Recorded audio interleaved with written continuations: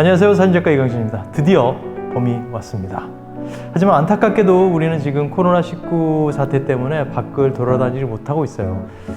오히려 실내보다는 야외 활동이 조금 더 안전할 것 같습니다. 그래서 봄도 오고 앞으로 여행 갈 일이 조금 더 많이 생길 것 같아서 이번 시간에는 여행 사진에 대해서 이야기를 해보겠습니다.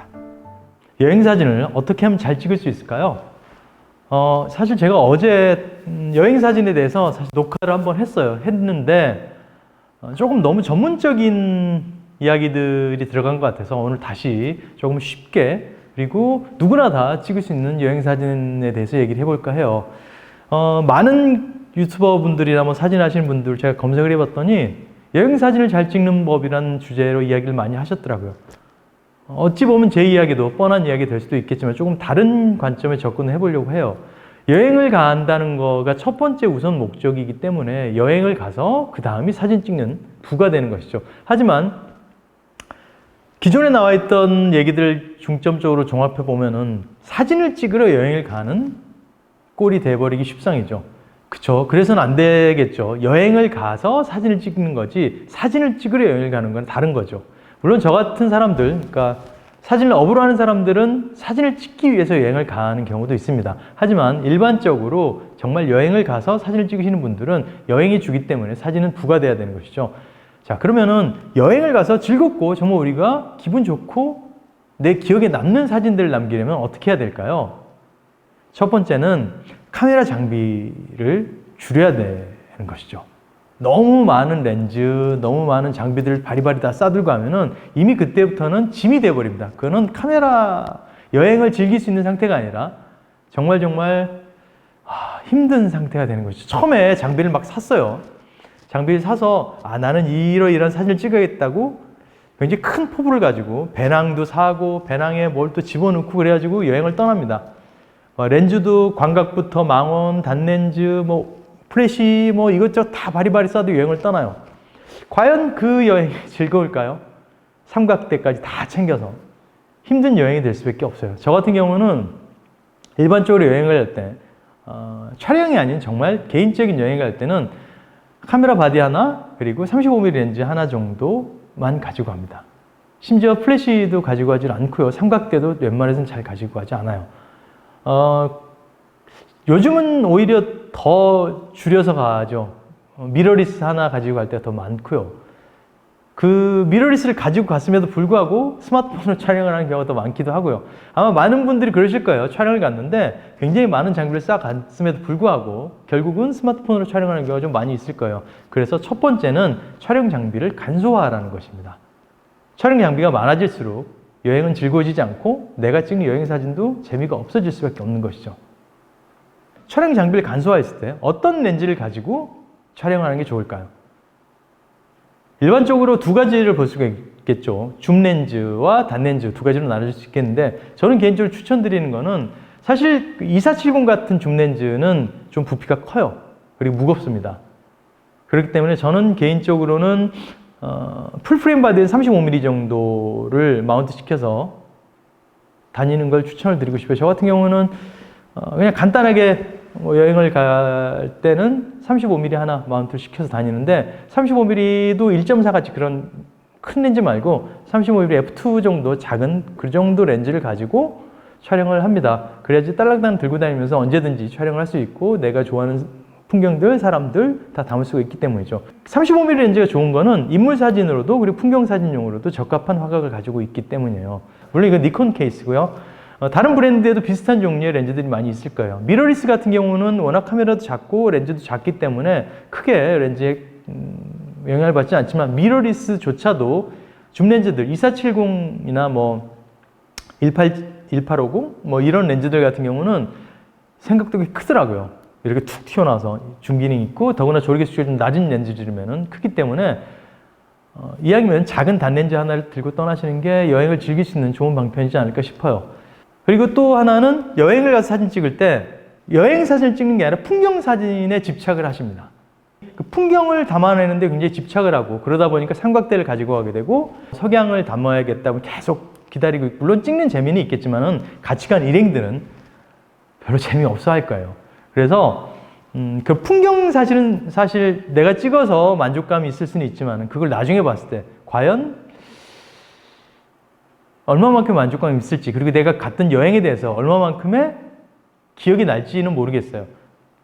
내가 파리를 가서 파리에서 에펠탑을 찍었어요. 에펠탑을 쫙 장노출로 해서 사람 싹 사라지게 해서 찍었어요. 좋죠. 하지만 그와 비슷한 사진들은 인터넷에 너무너무 많이 돌아다니죠. 나뿐이 아니라 누구든지 찍을 수 있는 사진인 것이죠. 하지만 제가 추구하는 여행 사진은 나만이 느낄 수 있고 나만이 볼 수 있었던 거를 찍으시라는 거죠. 나 혼자만의 여행에서는 내가 바라봤던 내 감정들을 담아내시는 게 중요하고, 여러 사람들, 친구나 가족들이나 좋아하는 사람과 여행을 갔을 때는 그들의 모습과 내가 그들과 함께 녹아져서 어우러진 모습을 촬영하시는 것을 추천을 드립니다.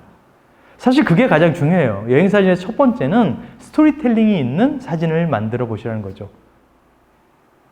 내가 거기에서 무엇을 했고, 내가 거기서 무엇을 느꼈고, 내가 무엇을 봤는지, 내가 여기 있었다는 것을 기록을 하시는 거죠. 사진의 첫 번째 목적은 기록이죠. 사진은 기록의 예술이라고 합니다. 그렇게 따지면은 우리가 찍은 사진들을 그냥 뭐 핸드폰 안에, 컴퓨터 하드 안에 담아두는 거는 올바른 방법은 아니겠죠. 그래서 제가 추천드리는 방법은 앨범을 만들어 보시는 걸 추천드려요. 인화를 해도 인화를 해서 그 인화 사진들이 사실 여행을 며칠 갔다 오다 보면 사진이 굉장히 많아질 수밖에 없어요. 그거를 일일이 다 정리하기 쉽지 않아요. 그래서 한 권의 책으로 만들어서 그 여행을 시작부터 끝까지 시간의 흐름대로 쭉 정리를 해 놓으시면은 나중에 봐서도 굉장히 기억에 남고 좋은 여행 사진의 기록으로 좋으실 거예요. 그래서 저 같은 경우는 여행을 가거나 뭐 이렇게 출장을 가거나 아주 기억에 남는 여행 같은 경우에는 책으로 반드시 만들어서 같이 갔던 일행들에게 선물을 해주는 편이에요. 앨범으로 제작하는 데 있어서 아주 고급 재질로 만들지 않는 이상 그렇게 비싸지 않습니다. 특정 어떤 사이트를 제가 언급하지는 않겠어요. 여러 브랜드들이 너무 많고 그 중에서 여러분들이 가격 비교를 하셔서 제작을 하시면 되는데, 제작 방법도 내가 포토샵 몰라도 되고 여러 가지 방법들을 몰라도 아주 그 사이트마다 자신들만의 프로그램이 있어서 사진을 올리기만 하면은 쭉 제작을 해서 한 권의 책으로 만들어주는 시스템으로 되어 있기 때문에 쉽게 앨범을 만드실 수 있을 거예요. 지금 보실지 모르겠는데 저도 이 여행을 가서 사진을 찍어서 앨범을 만들었었어요. 이렇게 이렇게 있었던 일들도 이렇게 기록을 하고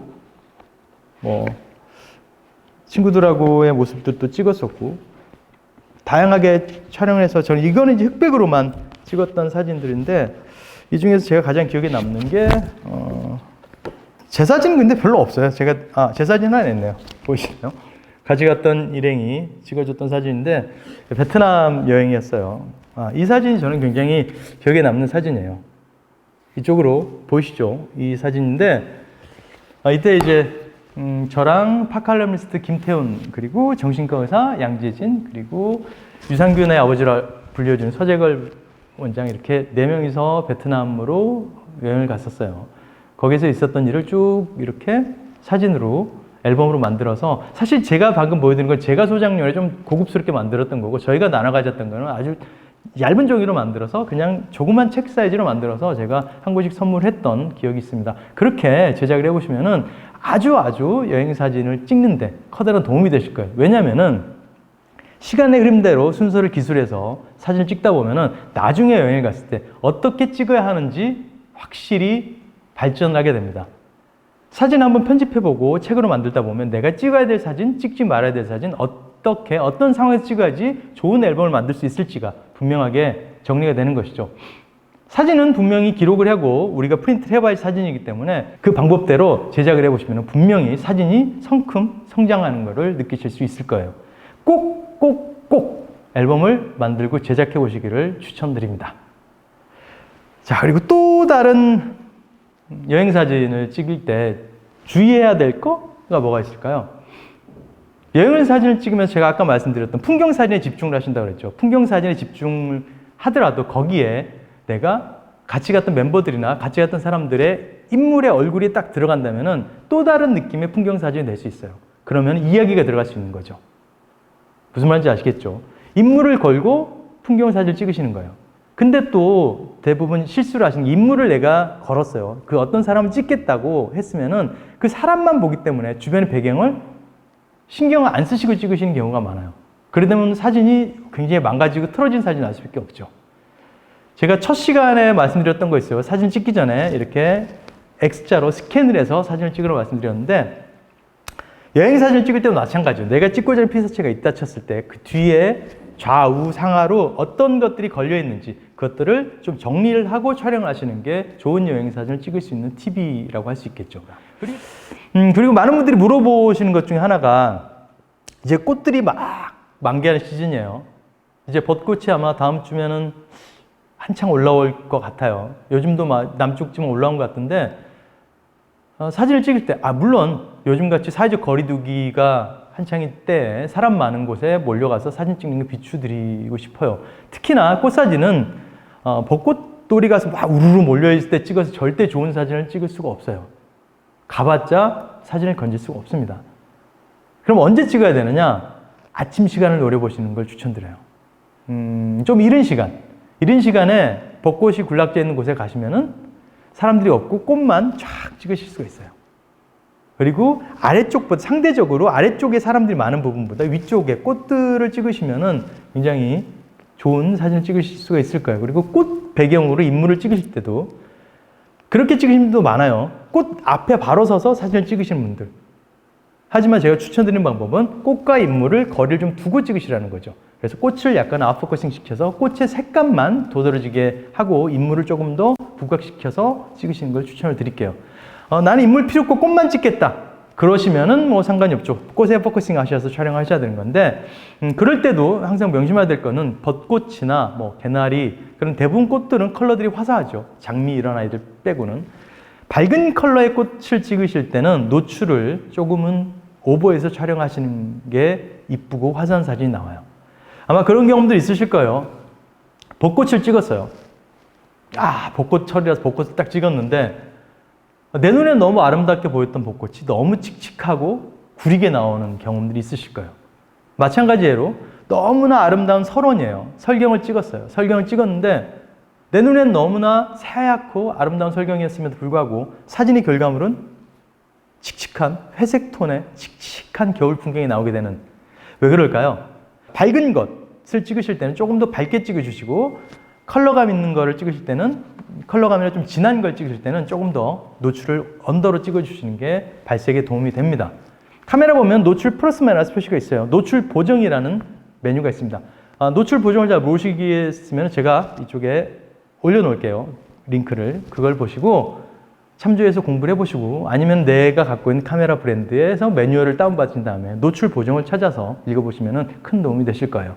기술적인 부분들은 제가 많이 말씀을 안 드릴 거예요. 왜냐면은 우리가 여행을 가서 찍는다는 전제하에 장비들 없이 오롯이 카메라 하나 아니면 스마트폰 하나로 촬영한다 쳤을 때 그 상황에서 제가 말씀드리는 거예요. 그 상황에서는 어떤 기술적인 테크닉보다는 이야기를 담는 데 집중을 하시기를 바랄게요. 좋은 이야기를 담아서 내 기억 속에, 그리고 내가 좋아하는 사람들, 내 친구들에게 공유할 수 있는 사진들이 좋은 사진이 될 수 있겠죠. 여행사진 잘 찍는 법 어렵지 않습니다. 그리고 그런 분들도 많이 봤어요. 찍고 지우고, 찍고 지우고, 찍고 지우고. 그러지 마시고 일단 찍고 나서 나중에 컴퓨터에서 확인해서 지우셔도 늦지 않습니다.